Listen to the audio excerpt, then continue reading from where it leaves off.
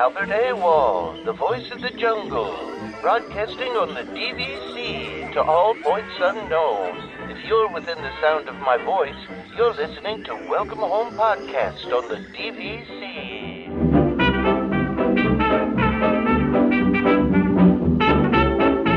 Hello and welcome home. This episode of Welcome Home is brought to you by DVC Resale Market.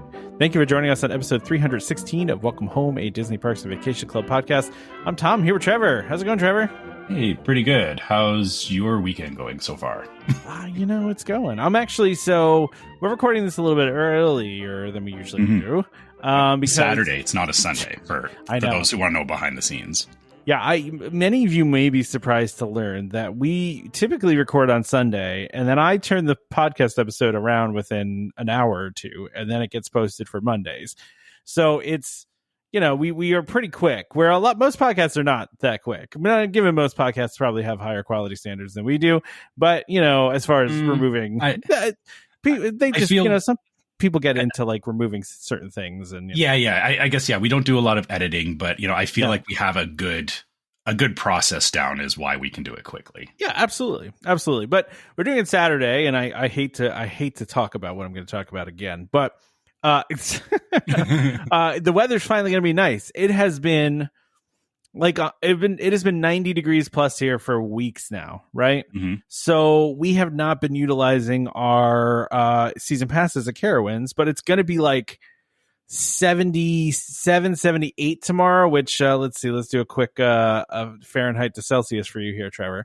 That's 25 degrees Celsius. That's about the temperature it's been here for the last week. So, which is just excellent, right? Just beautiful weather, right? Especially when the weather's been 95 degrees. So we're going to do Carowinds tomorrow, and we're going to be, using up our regular podcast time. There's a chance of rain, and maybe hopefully that'll keep some people away. The last time, when we went to Disney, actually when we saw you there, and you noticed this too, I'm sure, it was overcast like that whole day at Magic Kingdom, but it didn't rain until like 5 o'clock. Evening. But it was like dead though, I think, because it was so overcast. Oh, it was wonderful. So that Sunday was great, and the exhibit A of that was the picture of me and my brother on Pirates that we posted. Yeah, exactly. That's how dead it was. And then the Monday at Epcot, it was raining as well, and there was nobody there. So translating that to Carowinds, which is a local theme park for you, hopefully it's the same kind of thing, right? That I'm hopeful. People, that's honestly like the best case scenario, I feel, because even if I know looking at the rides at Carowinds, a lot of them are outside, so if it does rain, that just shuts things down altogether. But if as long as it's like scattered showers, though, that usually means that you can you wait it out, and you can get on when everybody else is leaving the park. That's exactly what we used to do when I was a kid. And I've talked about this before. When I was a kid, we were by Six Flags Great Adventure, which is it's one of the best Six Flags that's out there. They're very well known for their roller coasters. And at one point, they had King Ka, which was the tallest, fastest roller coaster in the world. They recently demolished that, but we used to get annual passes, or season passes. And every time, like in the summertime, if it rained in the morning, we would go in the afternoon, because it would sometimes it would clear up and it would just be dead. There'd be nobody there. So, and I'm kind of hoping, because that's the thing. If it doesn't rain, if it's not overcast, it's probably going to be busy tomorrow, right? Because it's like the first day of good weather that we've had in quite a long time. So. People will be chomping at the bit to get out and do something like how you are. Exactly. So I guess it's a 50-50 shot whether it's busy or not busy for you. Yeah. And it's not like we do like their version of Fast Pass there, because A, it's super expensive, and B, you usually don't need it.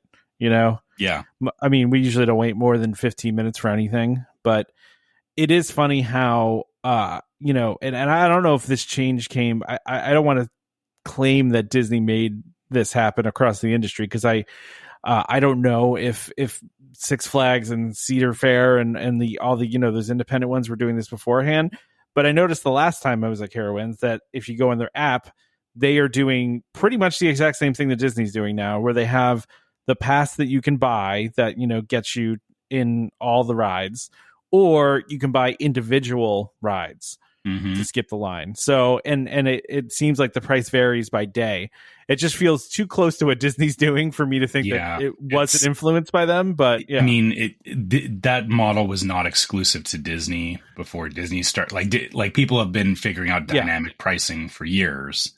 And but the thing is the smaller places won't do it until they see exactly that. Someone like Disney's doing it and they're making bank doing it. So, it's easier to get other people to get on board with it when they have a comparison point, right? Yeah, exactly. So, yeah. By the way, I just posted this in the Discord, and I will, maybe I'll post this in the Facebook page or some, maybe on the show or something. Mm-hmm. But my wife got me an anniversary gift. Trevor, I did see this. Did you see this? Yeah. Yeah. So kudos to my wife for picking a really excellent anniversary gift for me, which is, I talked about a lot on the show about the one shirt that I have that's my favorite Disney shirt, which is I will call it Muppets Haunted Mansion, which is it's the stretch room paintings from the Haunted Mansion, but with Muppets characters. Mm-hmm. My wife found me one on the internet that is the same concept. It's the stretch room paintings, but with Figment, all Figments, which is it's a weird intersection of those two rides that you like. When it's like, that's cool, but then we also think about it, it's like it is odd. But it's awesome, I do love though. I do love that the third one, the tombstone, it calls out Dreamfinder. The third one with the tombstone, it says Dreamfinder, and it has the beginning and end date for Dreamfinder, which is sad, but well, maybe someday Dreamfinder will come back from the grave. You know what? It's always possible, right? I mean, they seem to be re-Epcotting Epcot, right? So, I mean, that's what it feels like, right? It feels like they've been, with the new test track and I mean, man, I've actually reduced to like the main like future, used to be Future World, I guess, and I can't remember what they call it now. It's Community or Communicore. I always forget that they call them like communities or they changed the name. That's one thing that neighborhoods. Neighborhoods. Yeah. Okay. That's the one thing that bugs me is that it's like they changed them. When you change the names, I can't like adopt the new name, which it's the same problem as like Hollywood Studios. It took me a long time to stop calling Hollywood Studios MGM. I've joked about it on the show before that I still call it MGM, but I really don't. I mean, it's been a long time. I mean, what was that? 15 years ago, maybe at least. Yeah, I said it, but it's something like the Epcot area is still sticking your head the same way, though, right? Like it's like, oh, that's Future World. Well, no, it's Celebration Neighborhood or something. I don't remember. Yeah, no, wow. Okay, so let's see. The park's current name took effect in 2008. That was close. 17 years. So that was close. I was right around. So we have a good 20 years before we have to actually stop calling places in Epcot whatever we used to call them. Whatever we used to call them. Yeah. What was I going to just talk about? Yeah. So that was a pretty cool shirt, I have to say. Figment Haunted Mansion. You know what this is leading into, right?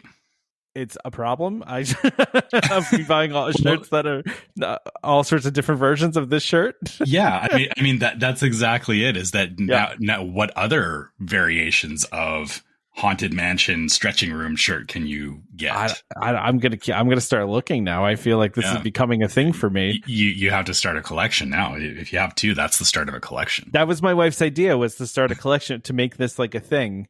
Yeah. And I mean, like, listen, I would be interested to see if I got more cast member comments from the Muppet one or from the Figment one, because I feel like the Figment one is going to get a lot of attention. Not that the Muppet one wouldn't, right? Because the Muppet one, I have so many cast members comment on it, but man, the Figment one, I don't know. That one would probably get a lot too, I feel like. I feel that. I mean, the thing about Figma is that there's two parks you can easily wear that in and get reactions to. Oh, yeah. I mean, that's not to say the cast members don't pay attention to what's in either park, but you can wear it in both Epcot and Magic Kingdom, and I think you will get equally good reactions to it. Yeah, I would agree with that. I would agree. Oh, what I was going to say was that we were talking about the new, like all the new stuff at Epcot, and I've been reading Disney blog reviews of the new Test Track, even some of the super negative ones, and I've seen at least two say that it's actually their favorite version of Test Track, which I was pretty shocked by because so many people are so nostalgic for the original, Mm-hmm. So I was surprised that anybody would say that the newest one was their favorite, but I feel like, the interesting thing is that the original version, yeah, definitely for me too lives in like, that was an amazing iteration of the ride. The second version of the ride just didn't click at all. Like it felt very just whatever, yeah. Right? But everything I've seen about the new version of the ride, it feels like an upgraded version of the original, meaning that, it's following the same thing of like, hey, teaching you about like, cars and technology within cars and stuff like that, which is kind of what the first one was doing, right? Yeah. So it only makes sense that people look and go, oh, this is like the original one, but talking about it in more current terms. Yeah. Why would that ever be worse? Like, yeah, I agree. I totally agree. I'm just glad that they nailed it. That's always exciting, right? This first topic, I'm not even sure why I put this on here. Maybe it just made me laugh to myself, and I just needed to. We just need to talk about it. So what is okay? What is this? Right. Okay, so let's start with the title. Okay. So all the title says is ESPN 8, which you'll have to refresh me on what ESPN 8 is. I don't keep. It's not a real thing. It's a fake thing they do once a year. Okay. It says the Ocho to bring dodgeball, pillow fighting, and more to Walt Disney World. Like this. So, okay. So do you not remember the movie Dodgeball where they were broadcasting the dodgeball game on ESPN 8, the Ocho, right? So that was a joke on dodgeball that ESPN made into a real thing. And like once a year, they make a fake channel called ESPN 8, the Ocho, and they start showing weird sports.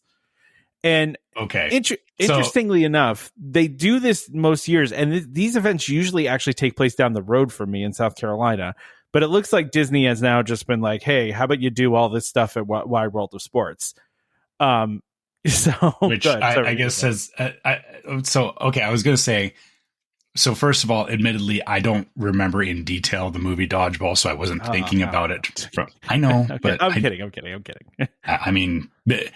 Back then, basketball was more my speed than dodgeball. Yeah, I love it. So dodgeball, that's fine. But I think this does speak to the fact that there's clearly not a lot going on at the ESPN Wide World of Sports. No, this is actually cool though, because this has become a thing. Is. So I mean, I will admit this is the kind of sports that I would watch. That's why I put it on there, because I was like, Trevor doesn't like sports, but he would watch all this ridiculousness because it's insane.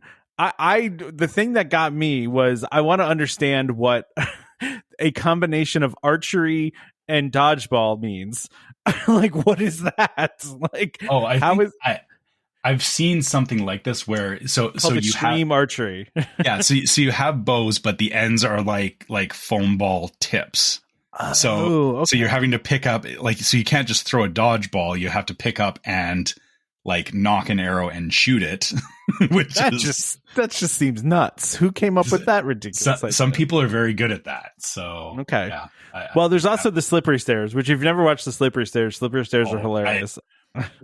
So slippery stairs originated in Japan, believe it or not. Okay. And so I've seen the Japanese versions of that, which again is just hilarious because it's like I said, they used to do this like maybe a half hour from where I live. Like that's where the event used to take place. I don't know why they were doing it in Rock Hill, South Carolina, which is, like I said, it's like a half hour from here. And but now obviously they moved it to ESPN. But yeah, so they have kickball, they have electronic darts, which I'm not 100% sure I understand what electronic darts are.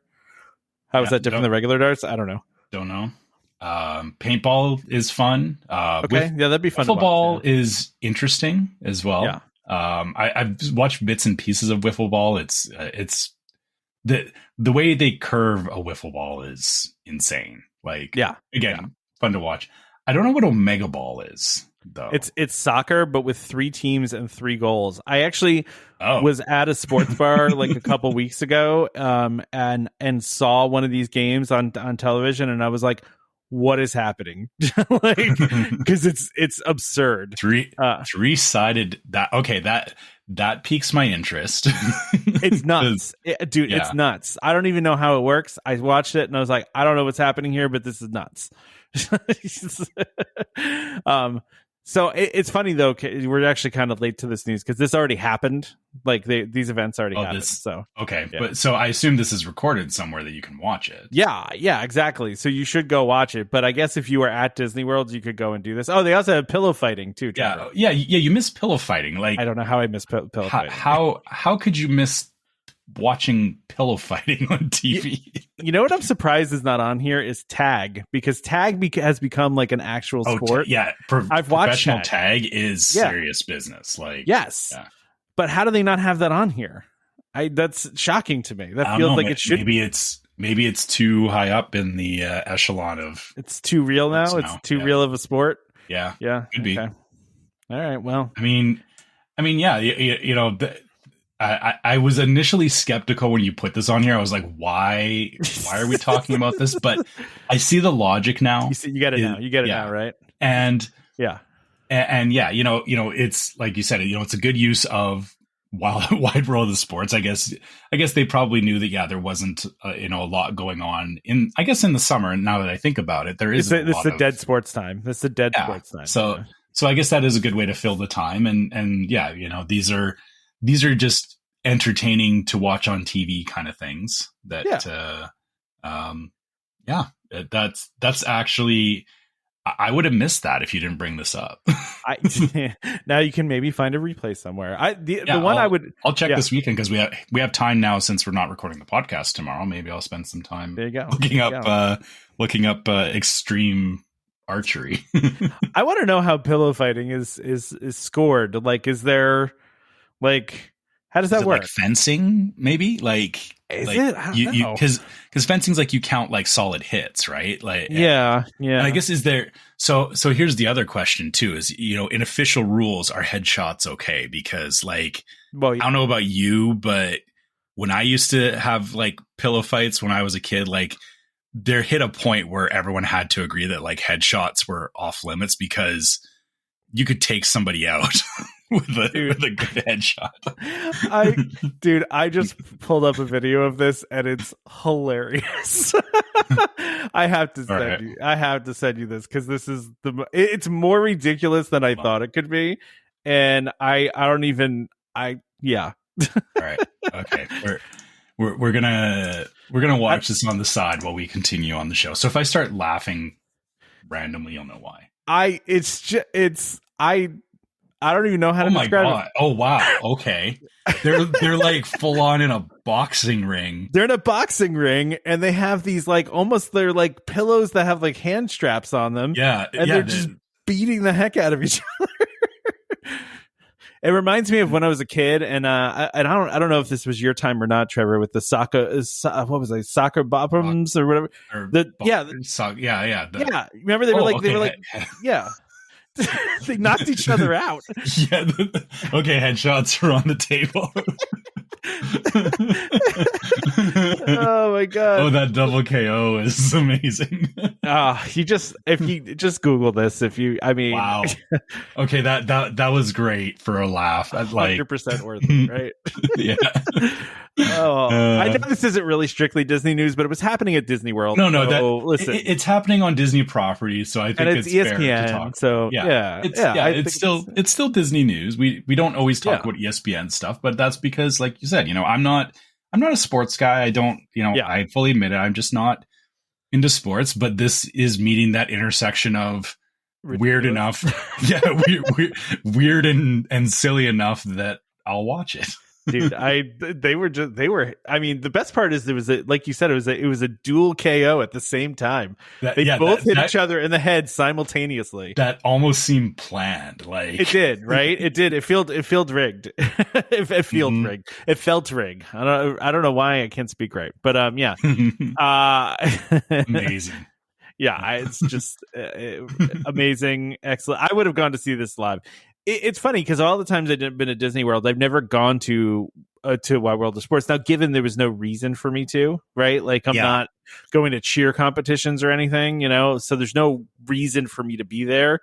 But I don't know. It seems like a cool area of the property. I would like to check it out one time, but I guess I just need a thing to go and see there. Maybe they'll do more of this kind of stuff if there's enough reception. Yeah, of it, right? Yeah, absolutely. Yeah, let's do that. I want to go. So okay, all right. Anyway, all right. So you have some Disney Cruise Line stuff on here. I do have some Disney Cruise Line stuff. I will talk about it just because, like, I know I get it. Like, this is something you and your family do. It's just not like I just can't do cruises. I know you're we'll not doing talk it about it. Yeah, but you'll still find this stuff cool, though. I wouldn't put it on here if I didn't think you'd find it interesting. Right? That's okay. I appreciate that. That is fair. Yeah. So the reason why we're talking about this is because Disney provided an update on the Hercules show, right? That they're doing, right? And first of all, Hercules is an excellent show to have on the ship. First of all, because of how great the music is, right? And the character, like, it's a perfect show for this. It's a Broadway show. It is just a Broadway show. Like, yeah. But dude, I look at the second link I sent you, which is showing the puppets that they're using on board. We saw a preview of the the Hydra puppet, right? Yeah. Now we're getting one of the Titans. Yeah. One of the Titans of the underworld. And listen, that I have been skeptical that the concept art of this show is going to live up to real life, right? But based on this look, man, these are serious, dude. Like, yeah. Like, this puppet is huge. These have to stand like 12 or 15 feet tall, at least. They do, yeah. And there's a performer inside them, and so what this article is saying, that it's that exoskeleton technology that Disney has, that Imagineering has talked about before, that they use for the Hulk at California Adventure. So there's one person standing in it, but they're standing like 10 feet tall. They're on like stilts, and they have like arm extensions and stuff. But they have mobility and stuff too. Yeah. I mean, dude, if this show looks halfway as cool as the concept art is, it's gonna be awesome, right? Like, yeah. I mean, it's like you said, it's something that I hope. The cruise lines get like their own things, and that's fine, but there's nothing saying that they can't like they do stage shows like this, right? Like, at Hollywood Studios in California, they do stuff like this at the Hyperion, or like they have a show at the Hyperion. But like I hope that if these things are received well enough on the cruise ships, that maybe I will get to see them off the cruise ships. Exactly. Exactly.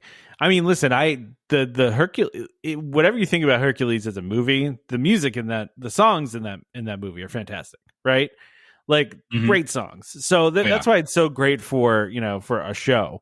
I mean, listen, I've joked about this before, but it's true that Disney is completely and totally incapable of creating a nighttime show that doesn't involve Go the Distance. Like, literally every nighttime show has Go the Distance. Yeah. Every single one. and it hits every time. Like, it does. That's the thing, is that it, like, even in Happily Ever After, like, where they put it, it's like, it just hits you, right? And it's every like, time. Yeah. So I mean, that does speak to, like, Hercules as a show. Like you said, it has just fantastically scored music. And so why would you not do a stage show of it? Exactly. And then again, it gives them further chance to show off, like, this is like next level puppeteering, and like nobody's doing this. Disney is definitely, they're pushing it with shows like this. Yeah, they're doing this. By the way, the rehearsals are in Canada. Look at that. So, wonder why. I don't know, but I'm pretty sure they do all of the rehearsals in Toronto. I don't know why, because but I seem to remember when I watched the one for the Treasure that they did them in Toronto as well. That actually makes sense, because there is a very big performing arts area in Toronto. So okay, well, that makes sense. So yeah, they're probably leveraging the fact that there's a lot of talent and a lot of people and like facilities and stuff in Toronto that they can make use of.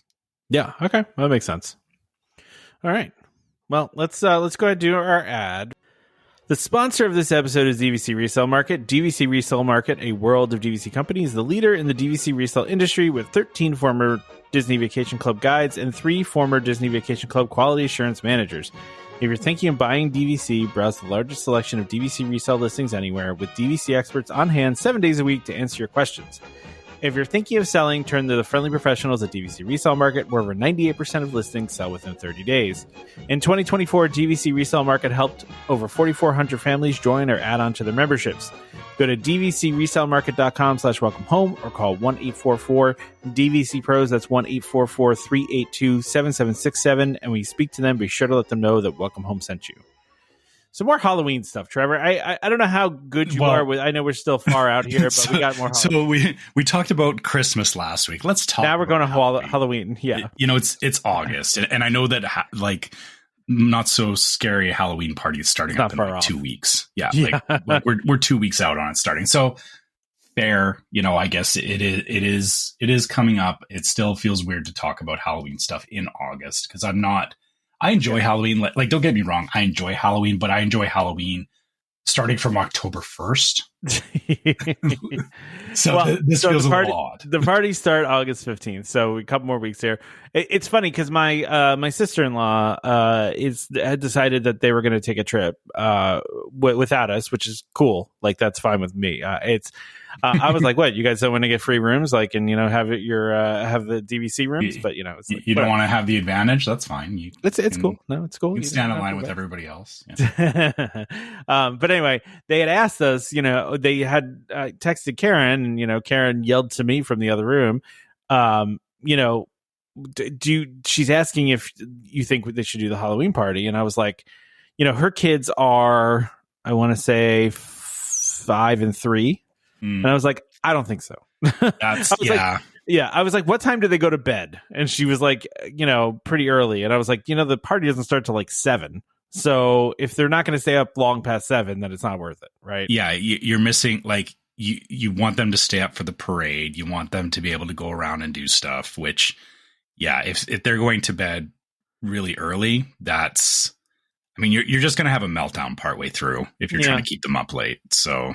Yeah, and that's kind of what I said. I was like, I would wait because listen, we waited to do the Christmas party, and it's hopefully, and I still don't know how that's even going to go. So we're gonna find out. The first time we did the Halloween party with my son, he was 9. So okay, and again, our experience with that was he was old enough that he was down for it because it was a lot.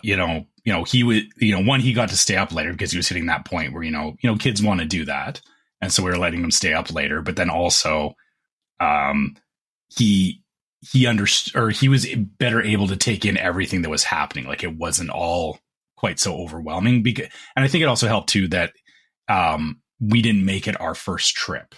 Right. I think this is something people need to think about is it's like, oh, I'm going to go to Disney. And, I haven't been to Disney with my kids, but we're going to do, we're going to do the parks and we're going to do the Halloween party. It's like, that's a lot. That's a lot. Like you're asking your kids to absorb a lot of different things. And not to say the kids won't, but it can be overwhelming.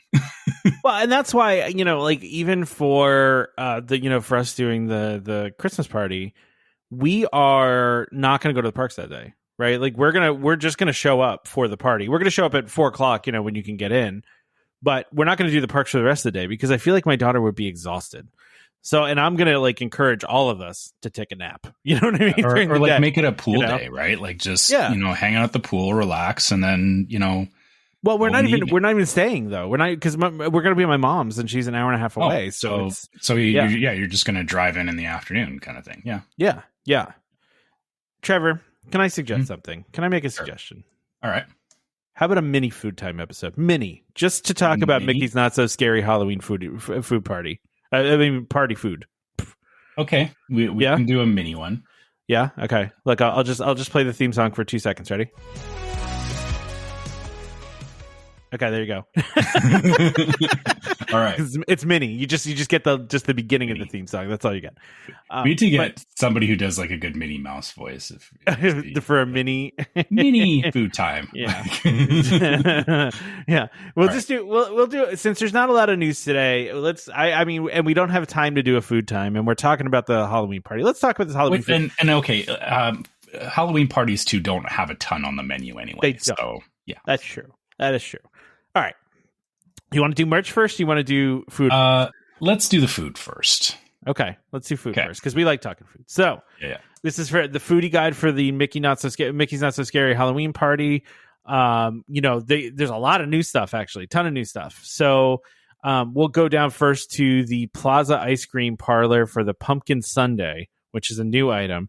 Pumpkin gelato with pumpkin spice caramel sauce, pumpkin brittle, and Halloween sprinkles. There's too much pumpkin there for my taste. You said pumpkin an awful lot. I said pumpkin several times, and you know how I feel about pumpkin, Trevor. I'm not a fan. Yeah, I like pumpkin spice. I don't like pumpkin. Is there even a picture of this on here? I don't think there is. Don't think there, unless it's the one. No, it's not the one with the ghosts in it. It's not the one with the ghosts in it. Is it this one up top here, maybe? No, that's Main Street. No, never mind. That's there's no picture of this one. There's no picture. I don't know why. But yeah, because all these are from the Plaza. So yeah, we don't get that one, but we do get the Plaza restaurant, which has a pumpkin spice coffee barbecue pork sandwich, coffee rubbed pork. Go ahead, sorry. So this is not pumpkin. No, or pumpkin spiced. I would be down for this. Although you also run into the coffee problem. I don't like the taste of coffee. And although if they get the bitterness even in out of like a pork rub. Really? Yeah, see, that's the thing. On pork, I think I'd be okay. But this is Joffrey's pumpkin creme brulee coffee seasonal blend, cold brew barbecue sauce. It sounds like you'd be wired, man. This sounds like instead of a Red Bull, I've never just have this. Yeah, I've never thought of cold brew being used to make a barbecue sauce before. That's crazy. But, and slaw with a pumpkin spiced aioli on a purple sweet potato bun. Which that is very Halloween looking, I will say. Okay, so I was originally going to jump on the bun for they're doing the dyed stuff again, but it's a purple sweet potato, meaning so that's actually the color that it is. So this one actually gets a pass because they're not doing the horrendous blue or black dye that they not do. Like the mozzarella stick over at Disneyland. Yeah, I will say that. Like you said, it's a lot of pumpkin spice. It is, yeah. Which, don't get me wrong, I like pumpkin spice, but I feel like if the slaw and the pork and everything is just hitting you with pumpkin spice, that might be too much. Yeah, I agree. Yeah. By the way, all of these items at the Plaza are available during regular park hours and the Halloween party. So not everything is available during both. But we'll tell you which are available and are not during regular times, right? Okay. So let's talk about this skull meatloaf. Skull meatloaf. Okay. Hey, you know what? Okay, I love this. You do? Okay, you love period. It. Okay. Like full stop. This is awesome. Just based on the presentation. Yeah, the presentation is pretty great. Yeah. Meatloaf is good. For starters, and this is a Caribbean style glazed meatloaf, which I don't know what that means, but I'm assuming it means lots of good spice in it. I would think so. With loaded mashed potatoes and seasonal vegetables. This is reminding me of the food I had at Das Steakhouse, which had that it gives that impression, and it so the thing is that the impression of the food when it comes out matters as much as when you're eating it. Because it is part of the whole experience, right? Like this comes out, and the fact that the meatloaf is shaped like a skull, and they've put a sauce on it. They made it look bloody, kind of. Yeah, and it's kind of it's slightly charred and everything. It's cool. Cool. That's a Halloween dish. That is great. And more of that, please. Then there's the Ghostly Delight Sundae, chocolate ice cream topped with chocolate cookie crumbs, marshmallow cream, almond sugar cookies, and sprinkles. The sugar cookies look like ghosts. Listen, basic sundae, but Halloween. Yeah. Yeah. And I mean, the sugar cookies are not, again, they're not cheaping out with the little printed, rice paper or whatever. These are legit. Yeah. So yeah, again, looks good. Gets Although, a pass. I don't. How are you on this, Trevor? I'm not a hard cookie fan. I like a soft cookie. So I I don't mean, love. Yeah, I don't love a good hard cookie, and that looks like a hard cookie. That looks like I It's gonna will. make a sound when I bite it. Yeah, the thing is that I think for me, it really depends. Like these have icing on them. It really depends on if the icing is just like straight sugar or if it has a little bit of something to it. Like if it has, you're like you. Yeah, I don't necessarily, I tend to, or my favorite cookie is a, ginger molasses cookies because they're they're probably hard, right? No, they're soft. Ginger molasses cookies are soft and like, they've got the spicy ginger flavor and all that. The thing is that if this is just like dough with sugar, yeah, that's a no for me, but I get it. But again, the presentation wise though, I would still be okay with it because you get a sundae and if the cookies are like it's still a sundae, right? Yeah, exactly. Yeah, exactly. There is so this is interesting. So then we're going to go down to Casey's, right? There's only one new thing at Casey's because these are all repeats. These are all repeats. However, I don't remember talking about these last year because I want to eat all these. They basically just did barbecue pork, Chipotle barbecue pork and street corn, and they did it on fries. They did it on hot dog, and they did it on mini corn dogs. All of them look delicious to me. I love street corn. That is the smartest way to do it. Is you don't have to, or you can get it any way you want. If like I would probably go for the fries over the hot dog looks like be a hot mess to eat it, right? Like the fries, at least you're expecting it to be a hot mess. Yeah, like I know I'm getting a fork and I'm just like plowing through that. But we need to talk about the candy corn verine. Yeah, so I don't know if I've ever had a verine before. I feel like I have, probably at Disney actually, because I don't know where I would usually get verines, right? I mean, so here's the weird intersection of this. Okay, so first of all, the candy corn verine is layers of salted caramel ganache, marshmallow panna cotta, and whipped cream topped with caramel corn and candy corn. Okay. So it looks like candy corn. It's the colors of the candy corn. So salted caramel, candy corn, caramel corn, like salted flavors with whipped cream and all that. Good so far, but then you bring the candy corn into it. So there are people that love candy corn. My wife loves candy corn. What's your opinion on candy corn, Tom? My opinion on candy corn is neutral. If it's in front of me and I want something sweet, I'll throw some in my mouth. I'm not like, it's not my favorite candy. It's not my go-to, but I will eat it. I don't dislike it. I actually do like the taste of it. It's just not my favorite Halloween candy. Okay. So as far as sugar delivery systems go, candy corn is one of my least favorites. Would you eat it though? No, I don't. I every time I've tried candy corn, it's a combination of like the texture of it and whatever they're using to flavor it. It just doesn't.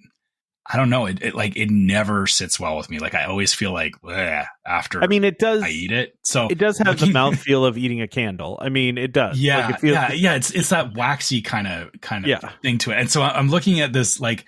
They've got this nice cup of like, it's like it's beautiful, really.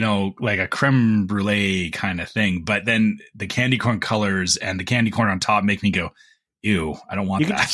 You just flick those off and then you eat them. Yeah, but then the rest of it, I'm like imagining it being like a giant candy corn, and I'm not there for it, man. No, you know what? I don't blame you. I feel like I understand. I mean, I just don't hate it. I just think it's fine. It's just and I get that it's like a Halloween staple. I just wish that like find other things to make Halloween treats out of. Yeah, I get it. What about this? Right. This is not a new item, but at least Aloha Isle over here during the Halloween party. We're getting the mango Dole Whip back, which I love. But with the chili lime seasoning and what is that? Yeah. How do you say that? Chamoy. Yeah. Okay, it looks kind of gross to me. I'm not gonna lie, but the chamoy is very dark and like kind of it. I mean, it fits Halloween. It's got that like orange and black thing going on with it. But I mean, I love mango is like one of my favorites. So I can't wait for us to get to the next item, Trevor. all right, we're at Golden Oak now. Yeah, Cajun crawfish and sausage poutine instead of poutine. It's not okay. It's not poutine. It's poutine. It's poutine. Yeah, it's poutine. It's not poutine. And it's also good. Do you want to read it since it's okay? So you know, let's talk about horror. Yeah, it's Halloween. I would eat this if it wasn't for the crawfish. The rest of it looks good to me. Let's talk about poutine horror here because you're defiling poutine, but you start with waffle fries of all things. That sounds awesome for poutine, man. It's like you need just straight cut fries. You don't need waffle fries. So waffle fries with Cajun inspired crawfish and Dooley sausage gravy and cheese curds. So so they have cheese curds. They got cheese curds. Legit. So this is the thing is that they did actually tick all the boxes for basic poutine because it is fries, it is gravy, and it is cheese curds. The crawfish on the side, you know, putting crawfish in with your poutine, fair game. Like people do add stuff to the poutine, but they're at least starting with the basics. As far as andouille sausage gravy goes, I mean, I don't know. Like I usually like a good like chicken gravy on my poutine. So I'm sure this will work, and I'm sure like this will be good. I give this a closer pass to poutine than a lot of other things than they do. Wow. Okay. So yeah.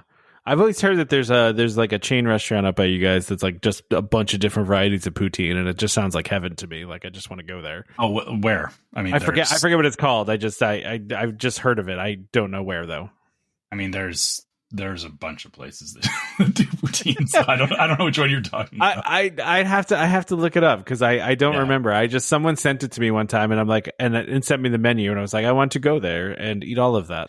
Oh, I think I know the one you're talking about, and it's actually not near me. There's one in Ontario. Is it Smokes? Poutineery? Is that what it is? Okay. Yeah, which I think is in Ontario. If that's the one I'm thinking of. Dude, I love poutine. So we're getting off topic here, but I know. Sorry, but listen, if the crawfish wasn't in there, I'd be all about this. So, so then we have beignets from Beyond, which are light, sweet, fluffy beignets with powdered sugar, chocolate cookie crumbs served with cookies and cream cheese dipping sauce. So these are just basically cookies and cream beignets. Cookies. Okay, it's bugging me how they combine cookies and cream cheese together. Why? Oh, because you can't eat it then. Because no. There's that, but also like cookies and cream is one thing, and cream cheese is something else. Yeah. Right, but they're going like cookies and cream cheese. Like it's that's breaking my brain a little bit. Well, but dipping. By the way, all of these items are only available during the party. So. And then we usually don't talk drinks, by the way, but there's a non-alcoholic. There's a hot honey lemonade, which I've never heard of adding hot honey to lemonade, but so hot honey has been the latest. Has been the thing. Yeah. Right.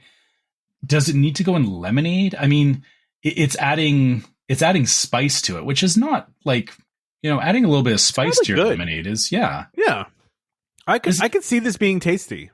Yeah, this is one of these things that, like, when you initially read it, you're like, "Ooh, like, why would I want that?" But then you think about it for a minute, and it's like, "Okay, yeah, maybe it's." Yeah, and the chili lime rim as well. Like again, that speaks to like that's usually on alcoholic drinks. Yeah, it is. Yeah. So it's gonna be like it has that like spicy little bit of salty added to your lemonade. I think that you're right. That'll actually make it better. Yeah. So yeah. Well, let's hop on over to Pecos Bill for some exclusive ones for the party. We got buzzard wings, which are whole chicken wings tossed with grilled onions, jalapenos, and lime. These are a new item. The presentation on these is pretty good. They look very large, like very large wings, but it's I don't know. Wing. You're getting the full chicken wing. You're getting the full thing. They also have pumpkin pie mini churros, which I mean, they're rolled in orange sugar and served with pumpkin pie dipping sauce. You know, I'm out on that, but, you know, more power to you. Yeah. They seem, you know, mini churros. I like mini churros, though. I like mini churros. Yeah, I don't like them as much as I like full-size churros, though. Well, yeah, that's true. I feel like the sugar to dough ratio is too high. Okay, that's fair. You get what I'm saying, right? Yeah, I do. Like, I do. Yeah. I do. I get it. Yeah, it's. I mean, pumpkin sauce. I mean, like, or unlike you, I wouldn't care if it's pumpkin pie dipping sauce. I don't know if this is one that I would. Yeah. Go for. It's kind of seems a little Yeah. They do have a chocolate caramel tart too, which is not new, but it is very cool looking. It's got a cool little tombstone in it, and it looks delicious. Okay, let's go to Sleepy Hollow next. Which again, these are exclusive. Yeah, this is exclusive. So we have a creepy kimchi corn dog, which I'm betting you're not eating. Nope, but you're gonna eat. But listen to this, everyone. Hand dipped corn dog. So we're good so far. Rolled in malt vinegar. I love malt vinegar, so I'm still on board. Yeah. Scallions with Hades relish and kimchi mayonnaise dipping sauce. So this thing is spicy. It's pretty cool looking too. It's good spicy. Yeah, it's cool looking. Yeah. It's that Hades relish on there that's giving it that. Doing it, yeah. But very interesting. Like I actually did not have kimchi on the list of things that I was expecting to see at a Disney park. I feel like they've done kimchi before. No, if they have, it hasn't been obvious to me because I like kimchi is usually like I like kimchi. My wife can vouch for this. I buy kimchi from the grocery store and just eat it because I like kimchi. Yeah, and so like this would be like, oh yeah, kimchi and a corn dog. Sure, let's go. and the malt vinegar. My wife hates the fact that I like malt vinegar as well. Oh really? She doesn't like the smell of it. It's very malt vinegar. It's strong. It's a strong smell. That's an acquired taste. Malt vinegar. It is, but it goes very well on fried fish and chips. Yeah, fried things. So like in the corn dog batter, like that's obvious to me. The only other new thing they have over at Sleepy Hollow is a pumpkin spiced funnel cake sundae. This is pumpkin funnel cake topped with pumpkin gelato, whipped cream, pumpkin spice caramel, marshmallow pumpkins, and sprinkles. I will say, Trevor, the pumpkin variety of candy corn, I do prefer to the regular because it doesn't actually taste like or it doesn't taste like pumpkin. It's just sugar. Yes. Yeah, exactly. Yeah, I do prefer that. I'm out on that, though, as we know. Because it's very, very pumpkin-y. Yeah. Yeah. Over at the spring roll cart, they're going to have the spring roll cart open, and they're going to have a spicy pork spring roll. That one is not new, but it is available only during the party. Which I love the spring roll cart. I think that's become like a thing. I know, but like I will stop there anytime I see it. Okay. So now we're over at Liberty Square. The only new thing here is the Magic Potion Sundae, which slushy. Yeah, or sorry, I don't know why I said Sunday. Magic Potion slushy, Fanta blue raspberry slush with yuzu changes color from blue to green when you stir it. Well, that's fun. It looks very magical. Yeah, it looks very magical. We've had when we went to where was it, the sit down in Wilderness Lodge where it's like Whispering Canyon. No, not Whispering Canyon. The other one, Artist Point. Artist Point. When we went there, they had a magic potion drink that was the same kind of thing. Was like they brought out like it was like a purple drink, or no, it was blue, and you poured something into it, and it changed from blue to like a deep purple color. So stuff like that's cool. Like this is a cool you buy it, mix it around, and it also looks like it's filled with that edible glitter though too, which I hate. Yeah. I mean, that I'll deal with it for the sake of something entertaining. Over at Columbia Harbor House, and this is actually not available during. It just says regular park hours only, which is odd because they're talking about Halloween food. Not Mickey's Not So Scary food, but whatever. Yeah. They have a s'mores cup. Which listen, anytime you say the word s'mores to me, I'm in. I love s'mores. I love s'mores. Anything. S'mores is one of my favorite flavor combinations. I just love s'mores. So this is layers of graham cracker crumbs, chocolate ganache, chocolate popping candies. That's fun. Milk chocolate panna cotta and marshmallow cream. What you would expect, I think, out of a s'mores cup, right? Mm-hmm. But let's go down to Pinocchio Village House, which is these are going to be available during the party only because they do have a couple new items here. They have There's a lot. They've got 3 new items here. They do. Phantasmal fried pumpkin ravioli served with black garlic aioli. Ravioli served with aioli. But they don't say what's in it. They just say pumpkin. It's got pumpkin in there. Okay, but yeah. All right. Then they have undead garlic parmesan chicken strips with their fried chicken strips tossed in a garlic parmesan sauce, parmesan and parsley. I would tear this up. These look delicious. They look absolutely delicious. I love garlic parmesan. I love garlic parmesan with chicken. Give me that all day. That looks fantastic. And then here's the black item. the Captain Hook treasure whoopie pie. Yep. So chocolate whoopie pie with caramel filling and fruit flavored cereal treasure. Also known as Fruity Pebbles. Pebbles. Let's just be honest what that is. But they've done something like it's black. It is dark black. The whoopie pie is dark black. Yeah.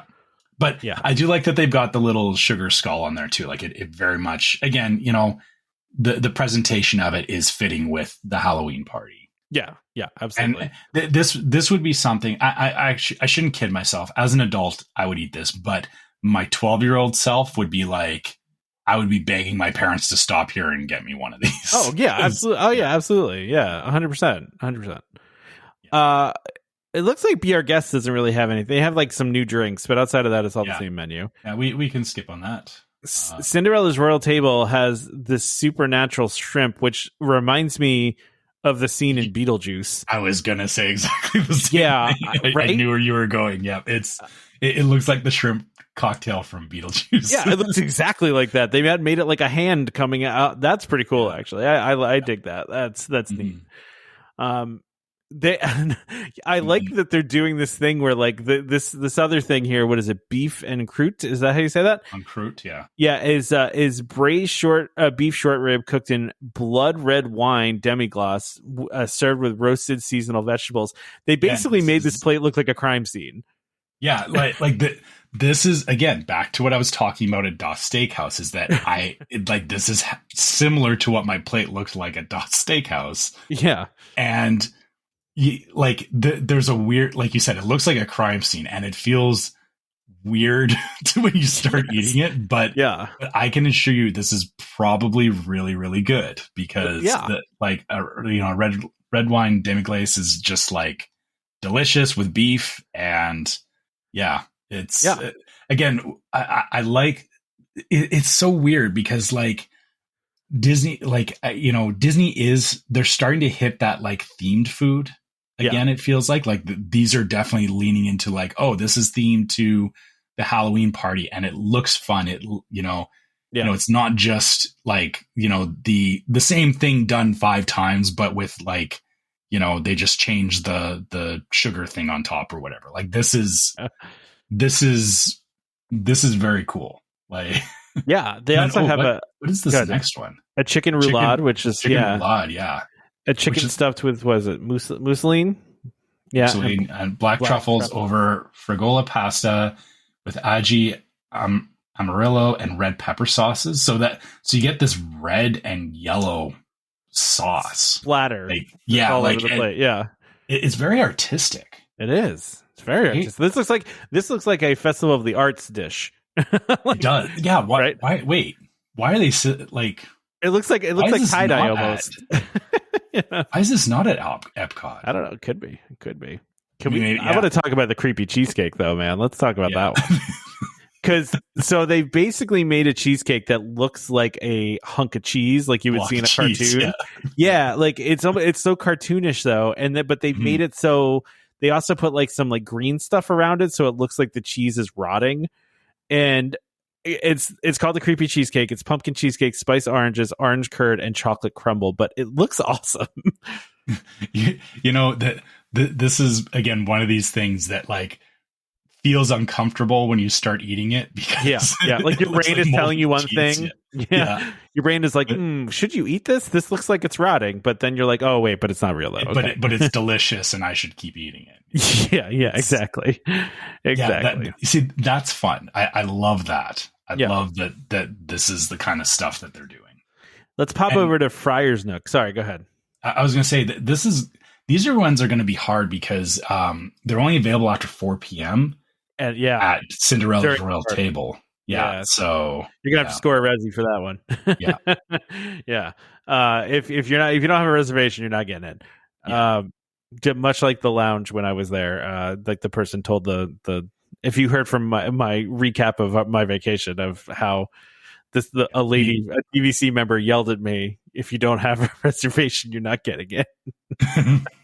Anyway, sorry. That was a callback. But right. Over to Friar's Nook, which always has good little snacks here. They have a haunting jalapeno ranch tots, which are tots topped with black bean chili, cheddar cheese sauce, and jalapeno ranch.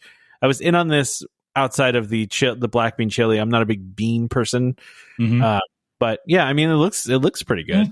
It looks okay. I mean, it's not nearly as fun as some of the other stuff we've looked at so far. But I mean, hey, it's tots with jalapeno ranch. Like, that's fine. I do want to mention the not so poison apple donuts, which are apple cider donuts, which I love, rolled in apple cider sugar and drizzled with caramel sauce. But they're like red color. They look like mini apples, basically. Fire engine red. Yeah. Yeah. Very cool. Mm-hmm. They're very, very cool. Yeah, I like those. Those are a good one.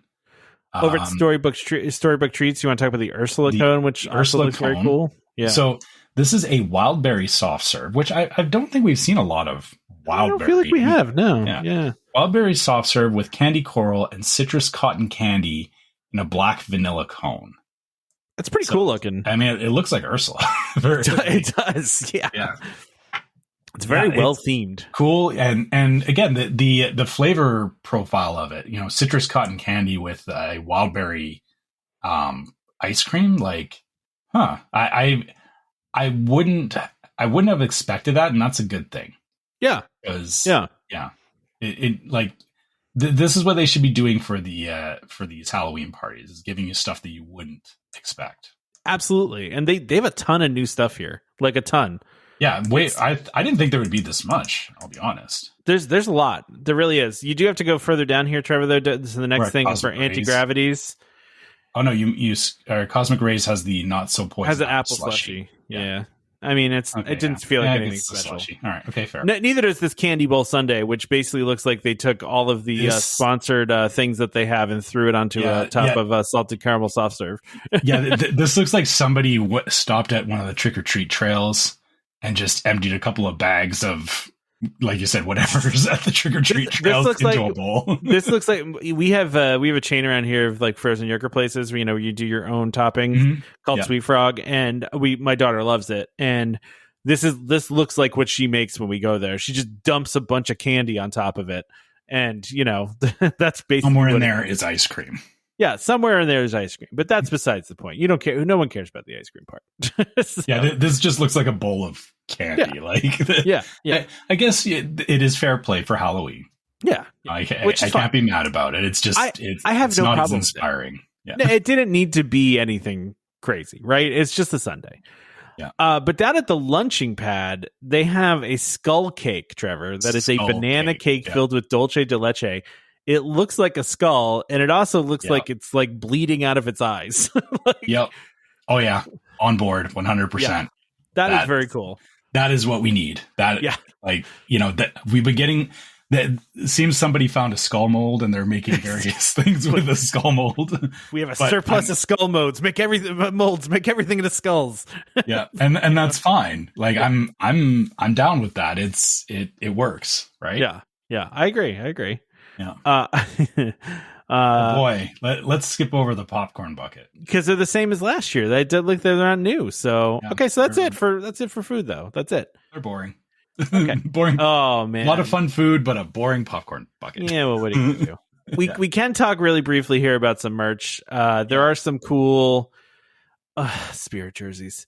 Yeah, listen, if you're into Spirit jerseys, these are pretty cool. They got them. I will say the not so scary Halloween party shirt with the grave diggers on it. It's very cool. I like that. I agree with that. I agree. I like the pin that they have. I do like the glow. Yeah, the glow in the dark graveyard shirt is cool. Are you talking the Sanderson sisters one? Where's that one? No, I was talking about the Hocus Pocus Villain Spectacular. I have no idea where you're looking. I'm looking pin, on the merch. The pin. Yes, I'm sorry, the pin. Yes, that one is cool. I like it. Okay. Yeah. It's neat. I mean, it's nothing special, but it's, it's cool. I was also looking though at the other page here too with some of these other things like what does this say? A sipper it's shaped like a bat. I like that. It's pretty cool. Yeah. I guess there's it's kind of weird. They're kind of bouncing back and forth between like the Mickey and Minnie stuff and the Sanderson sisters. Yeah. Which I guess is fair. Like it's probably gives you some choices. But I agree. Yeah. It's okay. Like I said, nothing like amazing there. And there's an ornament with the ballroom ghosts, which again looks nice. I feel it looks. Do you feel it's a little too cartoony this year? You know what I mean? I don't think so. I mean, I feel like it's usually cartoony. No. Yeah, I guess I don't know what. There's something about it. I don't know what it is. Like it feels very like what's it's cartoony, but there's not a lot of detail to anything I'm looking at here. Like it's very it's very flat. I guess is like okay. Yeah. Like it just feels like these were like sketch drawings that somehow made it past green light. I mean, they don't look like. I mean, I think they look cool. I don't know. I don't have a problem with any of these. Yeah, I don't know. It's not like every year they do change up the style of stuff they do at the Halloween party, and this year's just not working for me. I guess is all it is. It's fair. It's fair. Yeah. All right. Well, why don't we go ahead and wrap up, Trevor? I think that was a pretty comprehensive. Here, I'll just do a little. That's all you get for the end of food time. It's gonna annoy lots of. That's fine. Okay. Just so everyone knows, when we started this episode, we did not. That was not on the list. I pulled an audible. Talk about food time. Yeah. Yeah, that was an audible by me. Yeah. Yeah. So yeah, we were not ready for that, and that's fine. And I'm glad we weren't ready for it because it's more fun that way. Yeah. It's funny because Trevor, we talked about this outside of the show. We'll pull back the curtain a little bit, break down the fourth wall here. When we got we read that one review a couple weeks ago, and it was talking about us not knowing stuff all the time. We kind of purposely don't prepare ahead of time. Like it's not like a laziness thing or that we don't want to do the work. It's we like reacting to things in real time because we feel like that is what sparks conversation and sparks ideas and sparks our creativity is when we don't look at things ahead of time. And I want to be genuine in my reactions because we are genuine on this show. So but it is fair. I do see the point of if we don't do research, it looks like we're unprepared, which is fair. But I think that we have enough knowledge around Disney in general that we're prepared to talk about it in the context of the larger Disney, but individual things like, food time or reacting to merch and stuff like that. Like you said, I feel like if I spent time like days ahead of time reading about it, I'm not going to give as good of a response to it. I feel like my response will be more like cold and not cold, but like it's just like prepared stale. Exactly. And it's not, and so, real. Yeah. And so and it kind of goes back to like, we've talked about before of how, I don't like spoilers for myself either. Right. Yeah. This is the same kind of thing is that, I don't spoil myself on Disney things, but also like stuff on the show. I will read into certain things and, and don't get me wrong, like throughout the week, Tom and I are both like, we are reading up on stuff. We message stuff. We talk back and forth about, topics on the show and just Disney stuff in general. There's a lot of stuff we talk about that doesn't get to the show even. Yeah. Because we are talking about Disney, but yeah, I do like to keep it. I like to keep, whatever we see is, like even the food time stuff is, if I'd seen that stuff ahead of time, I wouldn't have reacted to it the way that we did as we were going through. Exactly. Right. Exactly. Like, because I was seriously shocked by some of the things that I saw in there. So Well, and how many times have we been, because we talk before the show, we talk after the show, and how many times have we been talking before the show and we start talking about something and it's like, let's save it for the show. Yes. Stop talking. Exactly. Because we don't want to like say it again, it's like, oh no, let's stop having this conversation. We could do this conversation on the show, and we, because we don't want to repeat it like 5 minutes later either, because again, that doesn't feel good, I guess. It doesn't feel real. Because especially because if Tom and I just had the conversation, then we're like, oh, we didn't have this conversation 5 minutes ago. Wink. Like it just doesn't feel real to us. We want to have real conversations on the show, and that's what's important to us. And we're not professionals at this. We're never gonna be, right? Like we've done this a long time, but that doesn't make us professionals, and we don't want to be. That is not our show. We like to have fun. We like to talk. I feel like I should revise what you're saying there, is that we're not professionals in that we're like Disney employees, but I feel like we're professional at what we do because we have been doing it long enough that we're comfortable with it. But being a professional doesn't mean that you have to have in-depth expertise of every facet of what you're doing. Yeah, I agree. Yeah, I agree. Well, I just wanted to put that out there because it was something we talked about. And listen, we don't really keep a lot of secrets on the show. We put it all out there. So, and we talk about a lot of things. So might as well. Yeah. But all right, let's wrap it up, Trevor. All right. So, based on all of that, if you guys have your own reactions or your own comments on anything we talked about on the show, you can start off by reaching us at our email address, which is welcomehomepodcast@gmail.com. So you can always find us there.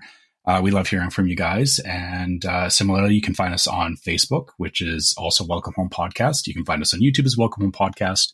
You can find us on Instagram as Welcome Home Pics. Make sure on Facebook you also check out our group, Welcome Home Disney Waitlist, where you can not just talk to us, you can also talk to all of the other people that listen to the show and get involved in just general Disney talk. It's a great group with, we've got lots of knowledgeable people in there. We just said it, we're not the most expert people on everything Disney. We have people in our group that know different areas of Disney way better than we do. So, please check out our group. Also, I would like to just do a quick shout out to my wife, who has been doing topics on behalf of the podcast. She's been putting topics out there. She put out a couple of good ones this last week, which I've seen a lot of you have done great responses to, about where to repurpose the Liberty Bell after it moving out of Rivers of America. I love the fact that we have people talking about like speculating on where it could be used, right? Like that kind of stuff is fun as well. So if you're looking for knowledgeable stuff, but also talking about speculation, just general Disney stuff, check out our group. And if you want to help support the show, you can go to store.welcomehomepodcast.com. We have all kinds of merch there that has our logo on it. If you want to walk around rocking the podcast logo, if you're in the parks, send us a pic too. I'd love to see some pics of standing in front of Haunted Mansion wearing a podcast shirt. Maybe I'll challenge people on that. Put it in the group. Let's see who the first person is that can. I like that. That's fun. That can send us a pic. Maybe we'll send out some hats. You never know, right? Oh gosh. Sorry, Tom. I'm putting you on the spot. I think I already owe a bunch of people like pins and stuff. Yeah, I know. So again, a little bit behind the scene. Tom has been very busy. He's had stuff he's been doing. So I won't get too far into it. It's just tough in general, man. With life, it's we're all busy. It's hard to even get the show done, let alone do other stuff. Yeah, we make sure the show comes first. Sending out the merch and everything. We do it when we have time, but we have to do the show first, which obviously we do. Again, back to doing the wrap up. Similar to the store, we also have a Patreon, so you can go to patreon.com/welcomehomepod, and you can check out our different levels of Patreon support, which have an exclusive logo that you cannot get on the main site. And all of our Patreon supporters get access to the Discord server, which, as we've mentioned before, is yet another place that we have conversations about, stuff that's going on for us, and, more Disney talk and all that good stuff. So if you're looking for that kind of conversation, please join us over there. And last but not least, we did mention earlier about iTunes reviews. We do read those. We do love seeing those iTunes reviews. But if you're going to leave us a review, also leave us those 5 stars because it's the right thing to do. If you don't, maybe If you don't, it makes a sad Tom. It does. It makes me sad. Yeah, there's an entire multiverse of sad Toms every time somebody doesn't leave us a 5-star review. It different splits. Versions of me. Yeah, the multiverse splits off, and there's another sad Tom that's created. Another one that's created. Yeah. Don't create a sad Tom. Conversely, though, if you do a 5-star review, you make happy Toms, and then that makes a whole bunch of different happy Toms. And the happier Tom is, the happier the show is. So exactly. Why am I talking about myself in the third person? All right. That's very funny. outside of the reviews, don't forget to subscribe to Welcome Home Podcast so you can be reminded every time we release a new episode. You can find us on Apple Podcasts, Amazon Music, TuneIn, Stitcher, Spotify, YouTube Music, just about any podcast app that's out there. Just a reminder to our listeners, Welcome Home Podcast is for entertainment only. We are not employed by the Walt Disney Company, and as such, all opinions we express on the show are our own. So please consult with a Disney cast member or a DVC cast member for more information about anything we talked about today. Huge thank you to our sponsor, DVC Resale Market, for sponsoring this episode. Also, World of DVC for being a great sponsor over the years. We're going to get them on soon here to do some more DVC stuff. We haven't done DVC stuff in a bit, so we will get them on here sometime soon here, and we'll talk some DVC for those of you out there that want to hear it. Join us next time for more Disney Parks discussion. Of course, more DVC talk. We hope to see you all real soon. This is Skipper Albert Awol, the voice of the jungle, signing off from Welcome Home Podcast on the DVC. Do a huddle when we hit its hair. How she can cuddle is no man's affair. I looked around from pole to pole, found her in a sugar bowl.